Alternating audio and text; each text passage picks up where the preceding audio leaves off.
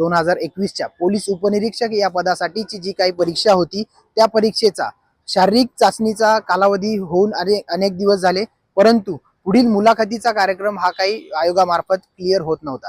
तर त्या संदर्भात विद्यार्थ्यांनी अनेकदा पाठपुरावा केला, आयोगाकडे चौकशी करण्याचे प्रयत्न केले, परंतु आयोगाकडून हवी तशी उत्तर मिळत नव्हते। तर या संदर्भात सर्व विद्यार्थ्यांनी आणि आम्ही नाशिक जिल्हा शिवसेना अध्यक्ष माननीय अजयदादा बोरस्ते यांच्या मार्फत माननीय पालकमंत्र्यांना निवेदन देण्याचं ठरवलं आणि गेल्या 2 दिवसापूर्वी आम्ही माननीय पालकमंत्री दादाजी भुसे यांच्याकडे निवेदन दिलं।